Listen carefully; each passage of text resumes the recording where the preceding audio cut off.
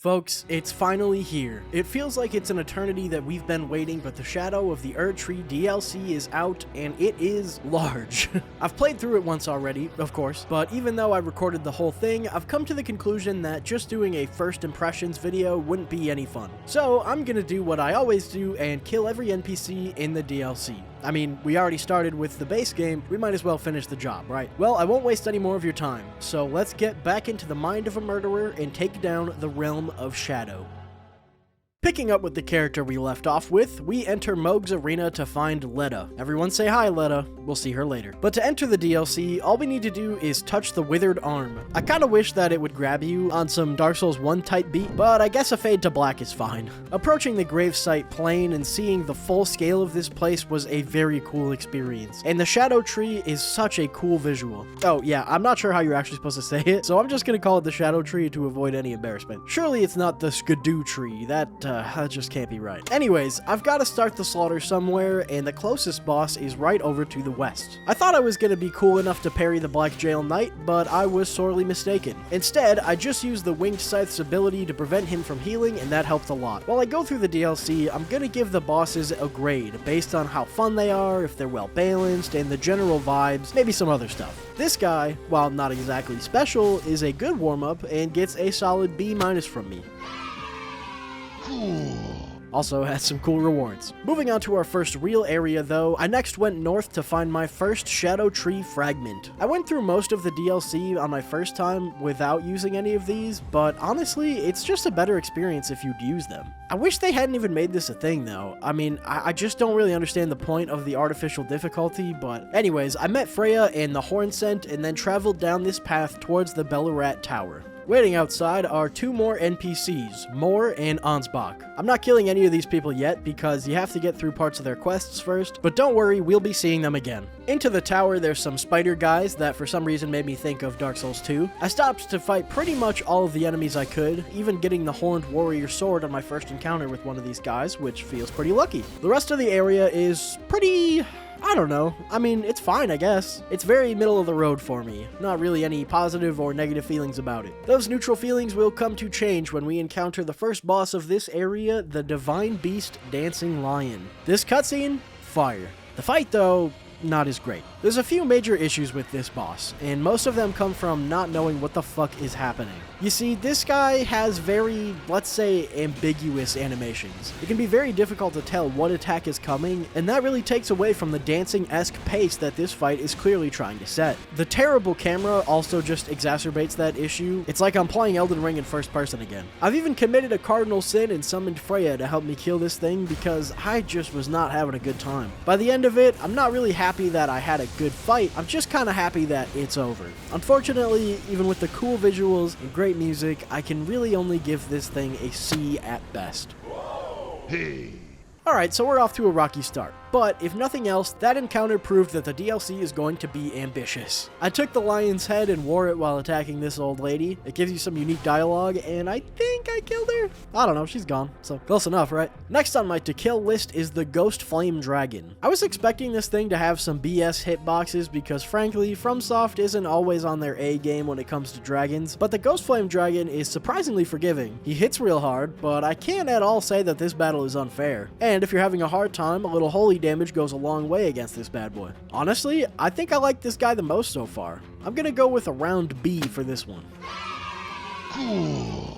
I stopped by the Church of Consolation where I killed this Black Knight dude, got his hammer, and decided I needed to turn my graphics down. Yeah, a huge complaint from people about the DLC is that the performance is very, very inconsistent. So I'm kind of going in the general order that I went in my first playthrough because I think it was a decent way to slowly ramp up to the more difficult areas, which means that next we are heading to Castle Ennis.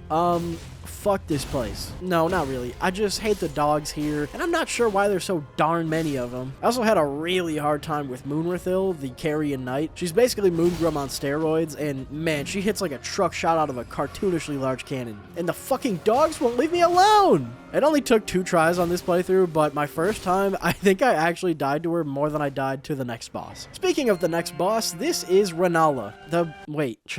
This is Rellana, the twin sister to Renala. Rellana is definitely one of, if not the best additions to Elden Ring. Her moves are ridiculous ridiculously cool, the double moon slam and the fire attack, her arena suits her really well, and her soundtrack fits the vibe perfectly. She is a fantastic boss that really achieves that dance-like pace that the Dancing Lion failed at. At least that's probably how most people fight her. You see, a lot of people are going to be annoyed by my playstyle, but I ditched the scythe for this one and just went balls to the walls against her, trading hits and getting in stuns where I could. It's the opposite of a war of attrition, it's a war of who can hit harder, and with the right build, I outdamaged her. Rolana, you are a gem and absolutely deserve an A+.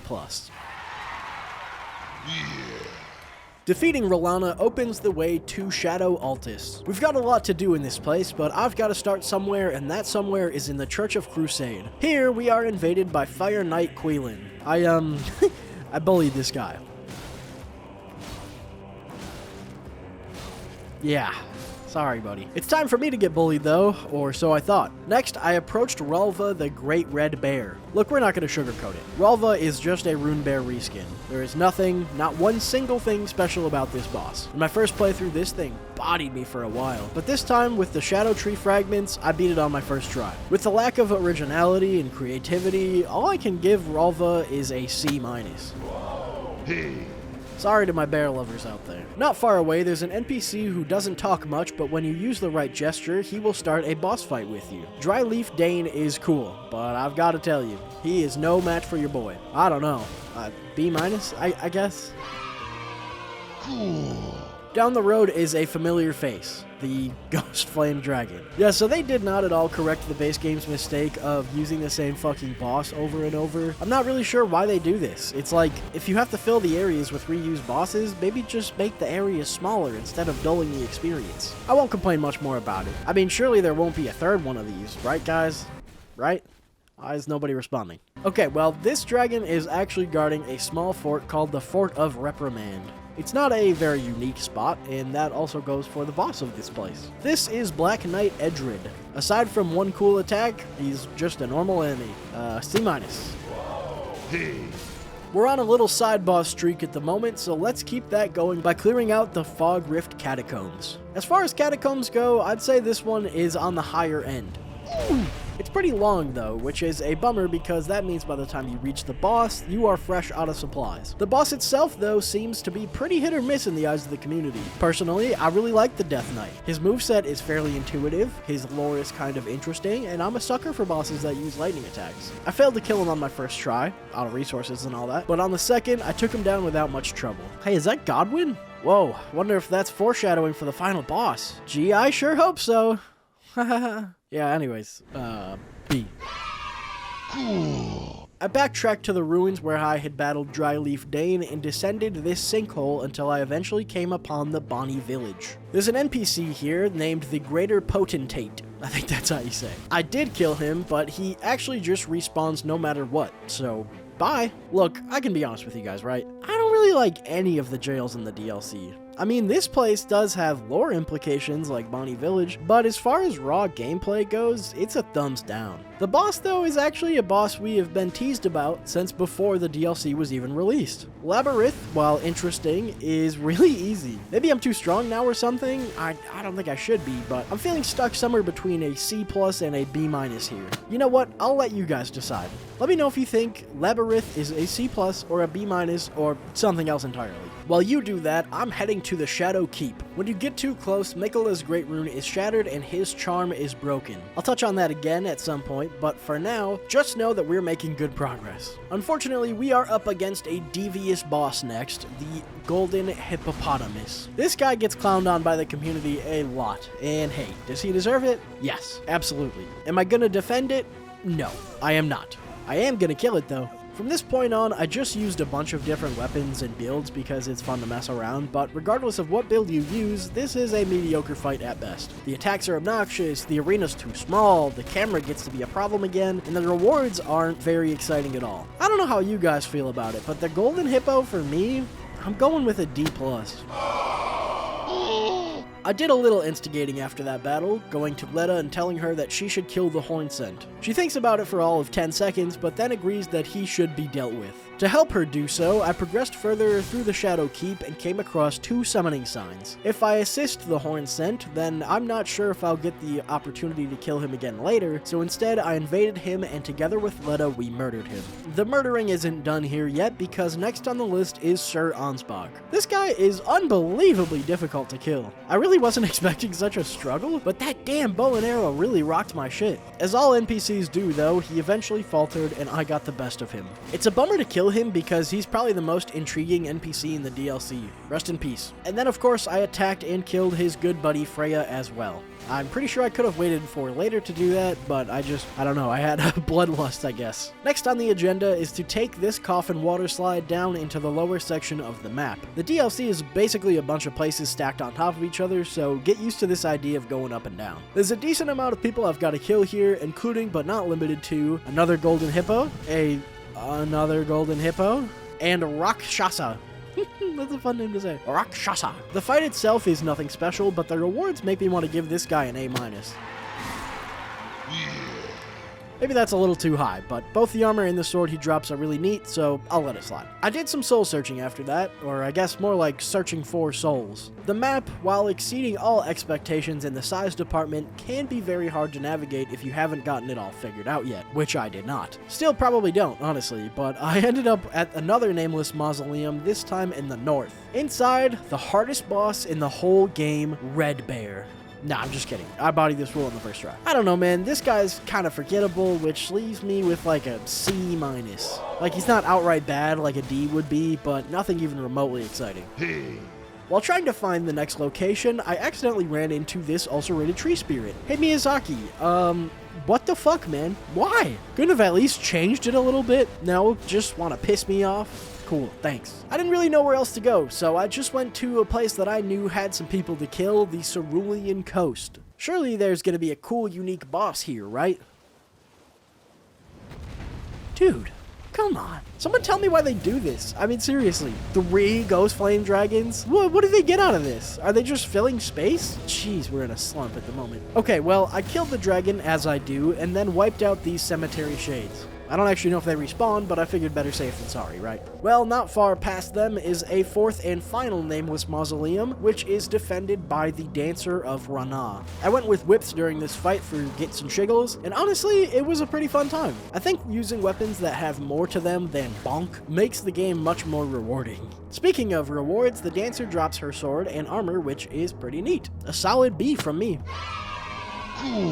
So remember how I said the DLC is just maps stacked on top of each other? Well, the place we're headed to now is very, very deep under the map. We take this giant hole in the ground and follow a ruinous path that feels pretty foreboding. Even more so is Michaela's cross that says this is where he abandoned his love. Ominous. The little rock guys that shoot at you in this section are annoying, but I'm not going to let them take away from this great set piece. Whatever they were trying to accomplish with this place, I think they succeeded. Where folks seem not so sure about their success, though, is with this area's boss. First of all, the drop into this place genuinely made me think I was gonna fight Midir. That was scary, but the real boss is a little less interesting. This was easily my most hated boss on my first playthrough, and I realize why now. He's just a really tough skill check. He tests your reaction times, patience, timings, everything that the Souls games are known for. The Putrescent Knight is going to stretch to its limits. Also, I fought him on that first playthrough without any Shadow Tree blessing, so that made it a lot harder. My only real complaint about this guy in hindsight is that the transition into his second phase is a really weird attack. I might just be a big dumb idiot, but it feels like the attack is completely random and there's just no way to avoid it. To bypass this move completely, I just put on a shield and tanked it as best as I could.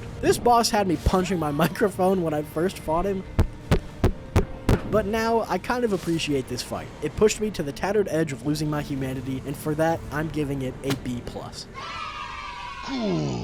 Alright, you guys ready for some classic Fromsoft bullshittery? Well, this right here is an entity known as Saint Trina. This is Michaela's abandoned half. Does that mean anything to me? No, not really. But it's all the information I've got. If you let Saint Trina kill you like 4 times, she'll start talking to you. How the fuck did somebody find this? Anyways, she'll ask you to kill Mikola and prevent him from, quote, turning the poor thing into a god. Now that's something I can do. I also did the Olier's quest, and after fighting him, he got about as close to his state of being dead as I think I'm gonna be able to get. And as far as Saint Trina goes, I would kill her using the Elden Ring cheat table like I had killed all the people in the round table, but it hasn't fully been updated yet, and that's actually the same reason I'm not working on Eldamon 4. I can't. There's a specific place I wanted to go after all that because it has a cool armor set that I'd like to wear. The Dark Light Catacombs is, dark.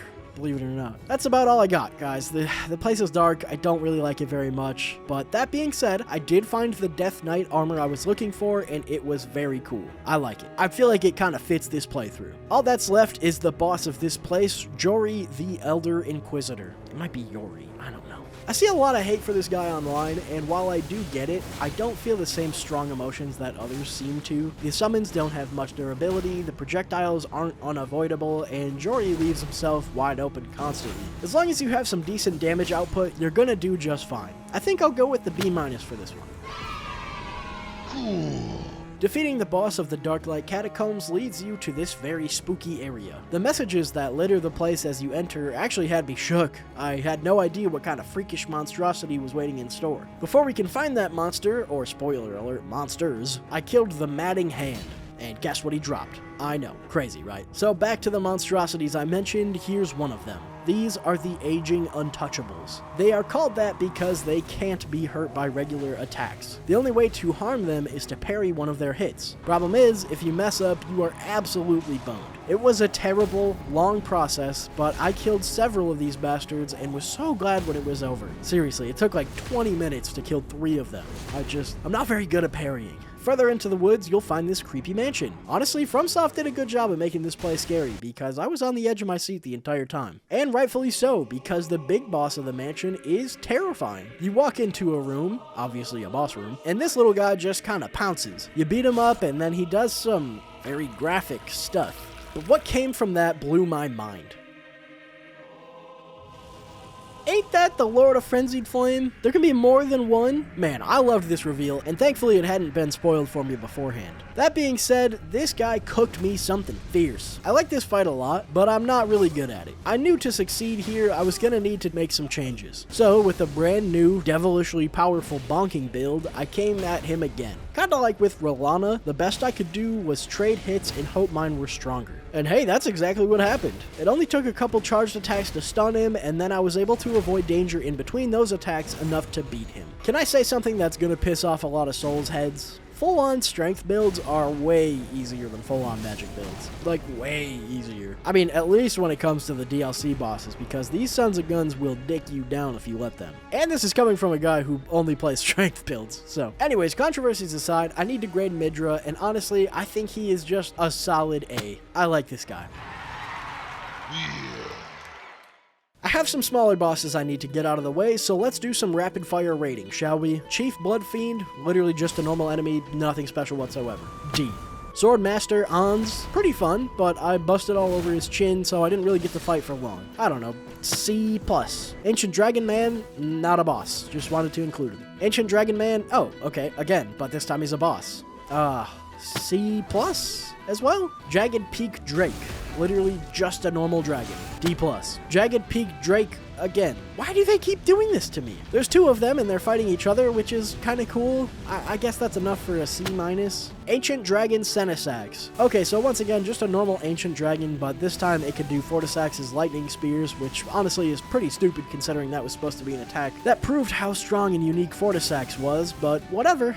B-. That brings us to the end of our rapid fire round and also brings us right to my new favorite boss. That's right, not just my favorite DLC boss, not even just my favorite Elden Ring boss. I think this is my all-time new favorite video game boss, period. Baal the Dread. Now, I know that using the Dragon Hunter's Great Katana and summoning Egon kinda trivializes this fight, but that doesn't really matter to me. This boss is a fantastic spectacle. His moves aren't total ass like most dragons, he looks really cool, and best of all, Egon just yells at him the entire time. Curse you, Baal! Baal, you are a diamond in the rough, and are absolutely deserving of an A+. Yeah. As for Egon, he's such a beast, man. Comes in, yells at Bale, and then just dies. I'm glad I didn't have to put him down myself, but rip my man. If you're wondering about the Dragon Communion Priestess, I didn't really have any luck killing her. Same thing as Saint Trina, just not possible at the moment. So, sorry, gang. I'm on a high after that wonderful experience, but it all came crashing down with the next few bosses. First, I killed the Deathrite bird. I've said it like 10 times now, but why? Why is this here? I just don't put a fucking boss here. It's that simple. Oh, Jesus. F, dude. And wouldn't you believe it, but there's another reused boss. But at least this time it has a different name. Demi-Human Queen Mariga. I'm giving you a D-. This misery isn't getting better anytime soon, because we're now going into the Lamenter's jail. I've sworn a lot up to this point, more than I usually like to, so I'm gonna keep it more tame this time. But I very truly despise this dungeon. It is unbearable to navigate. You have to keep running back and forth and unlocking doors, and then guess what? The boss is also bad. I mean, he's fine, but it's not really even a fight. Him and his shadow clones just run at you until they all die, and he does it over and over. It's a letdown on top of a letdown, and isn't getting any more than a D from me. I also had to squeeze into the script somewhere. I killed Black Knight Garu after this, who, like Erdtree, is barely just even a boss. D+ this time. Now, we're starting to approach the late game, and on the way to the next area, I killed some Rune Bears, Rugalia the Red Bear, who is literally just a copy and paste of Ralva. I don't even think it has one single different move. B-. Killed Salza, weird head dude, and then finally reached the ancient ruins of Ruah.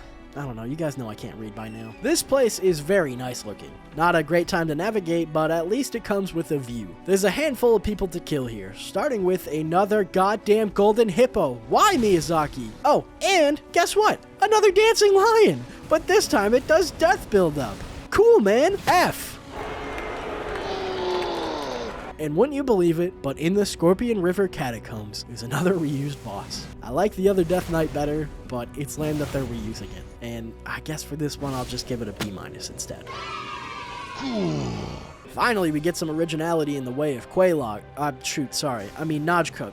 Dang it. Romina. Jokes aside, I do like this boss fight a lot. Definitely one of the more underrated bosses in the DLC. I also think she's pretty hard. I'm not sure how people are destroying her like I see them saying online, but hey, maybe it's just a skill issue. Decent moveset, cool imagery, less poison than you might think. Honestly, I think Romina deserves an A-.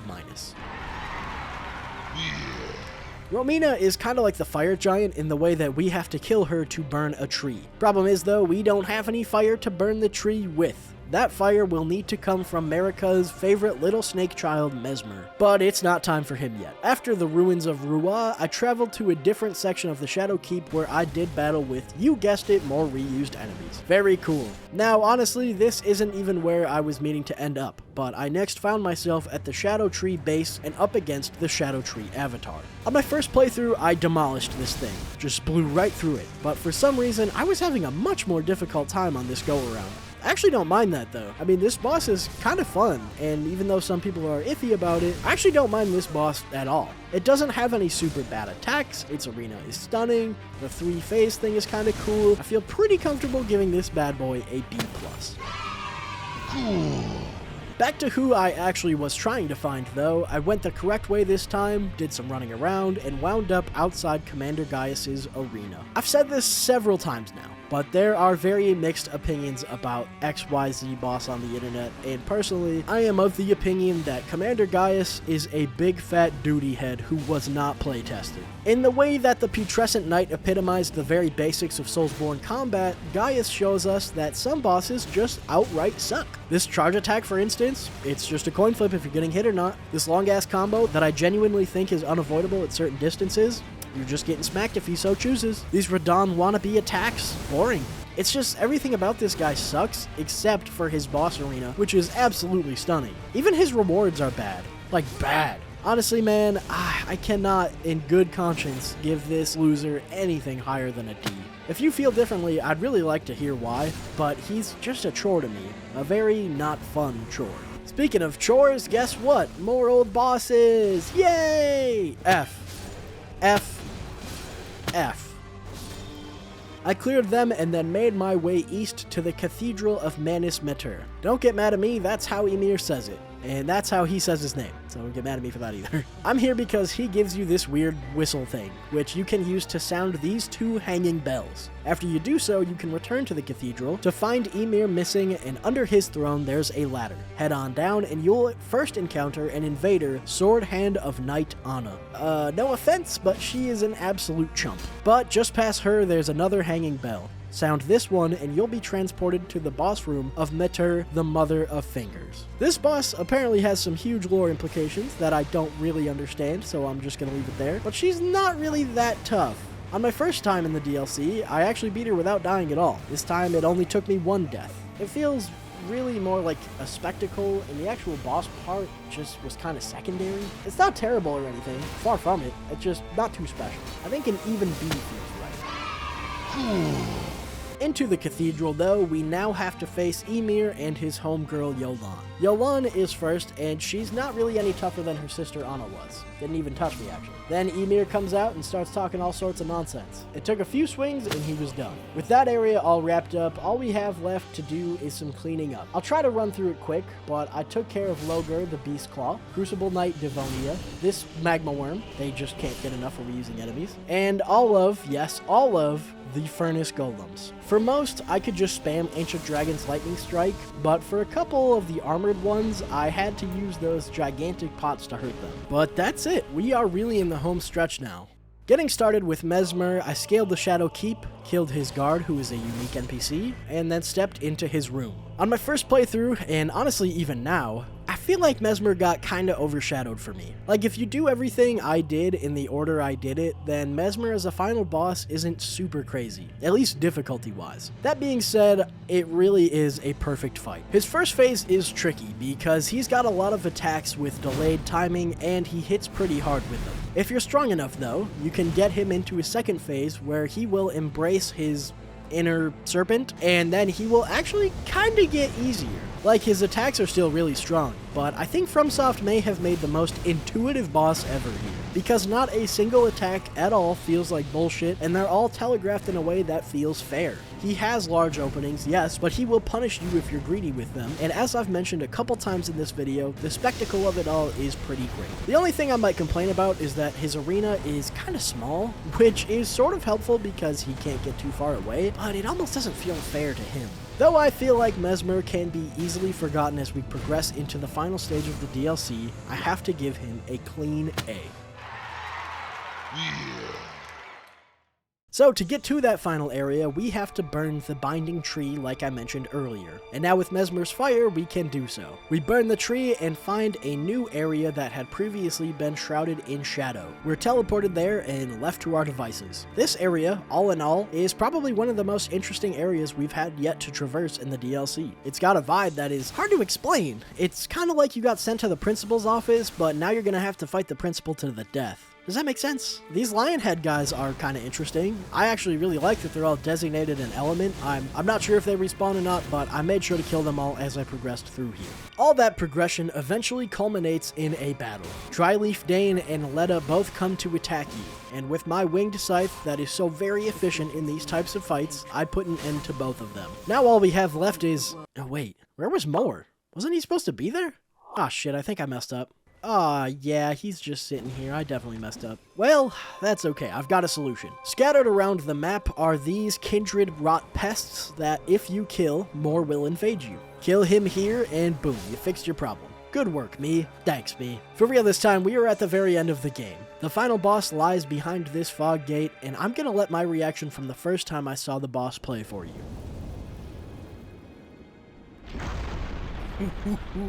Fuck.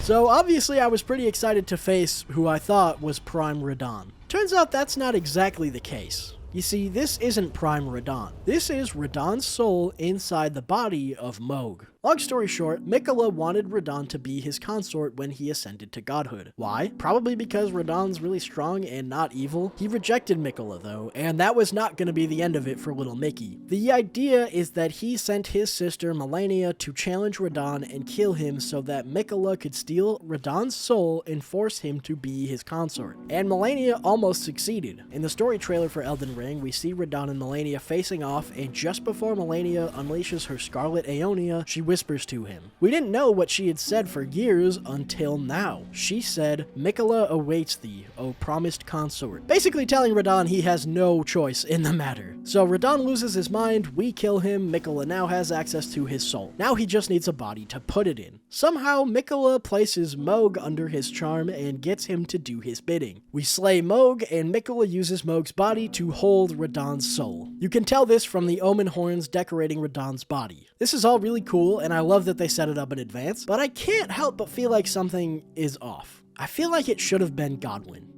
I know, Godwyn is long dead, but he's only dead in spirit. When half of the curse mark of death was carved into his flesh, Godwyn was killed in spirit, but survived in body. That's what these freaky little face things are. It's like Godwyn's body trying to, figure itself out. So why then, if Godwyn's spirit was presumably accessible in the same way that Radahn's spirit was when he was killed, why didn't Miquella put Godwyn's soul into Mohg's body? We know that someone, presumably the Miquellester, tried to revive Godwyn in Castle Soul. We also read in the description of the golden epitaph sword that someone says, "O brother, Lord brother, please die a true death." That is almost certainly Miquella talking to Godwyn. I can't really get over how much potential went down the drain with Godwyn, and how easily he could have taken Radahn's place. And the foreshadowing still could have worked. Miquella wanted Radahn to be his consort, but Radahn refused. Then he faced and fended off Melania's attack, surviving of course, but being turned into a rotting beast. He could still kill him, and everything still could have been the same, but I guess this proves how incredibly powerful Radahn really is, that Miquella was so dead set on having him as his consort. But that's enough yapping. Those are just my thoughts, and I don't hate that Radahn is here. I mean, you can tell from my initial reaction that I love Radahn, and fighting him again is totally fine by me. That being said though, this fight is really something. The first phase is nearly perfect.